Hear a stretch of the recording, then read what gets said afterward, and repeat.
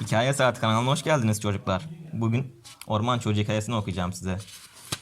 Anne kurt ve baba kurt yavrularını beslemek için yemek ararken küçük bir insan yavrusu bulmuş ve bebeğe bakmaya karar vermişler. Ancak o sırada ormanın en vahşi ve kötü yürekli hayvanı olan kaplan Şerakan ile karşı karşıya gelmişler. Şerakan, "O bebek bana ait" diye kükreyip bebeği onların elinden almaya çalışmış. Ancak anne kurt öne atlayarak bebeği korumuş. "Bebek bizim. Onu yarın sürünün huzuruna çıkaracağız. Eğer sürü onu kabul ederse ona dokunduğun için cezalandırılırsın" demiş. Birkaç günün ardından sürü bebek için toplanmış. Kurt sürüsünün lideri Akela bebeği aralarına almayı kabul etmiş. Ayı Balo ve Kara Panter Bakhera da bebeğe ormanda bakmaya gönüllü olmuşlar. Anne kurt bebeğe Mowgli adını vermiş. Mowgli ormanda hayvanların sevgisi ve koruması altında büyümeye başlamış. Ama aradan yıllar geçtikçe ve Mowgli büyüdükçe onun insan olması hayvanları rahatsız etmeye başlamış.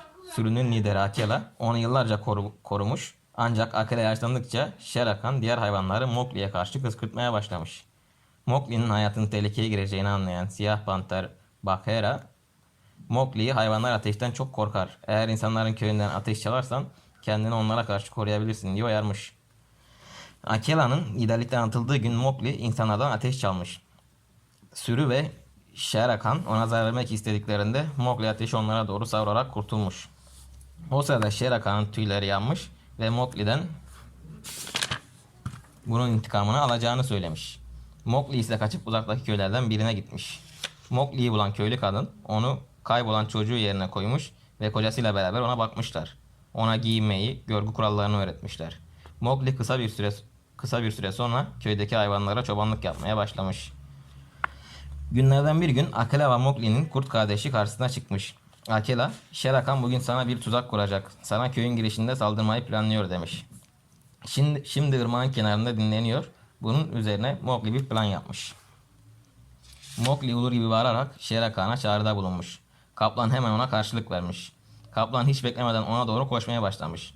O sırada Mowgli, "Akela, sürüyü kaplanın üstüne doğru sür" diye bağırmış. Sürü Akela'dan korkunca doğruca Shere Khan'ın üstüne hücum etmiş.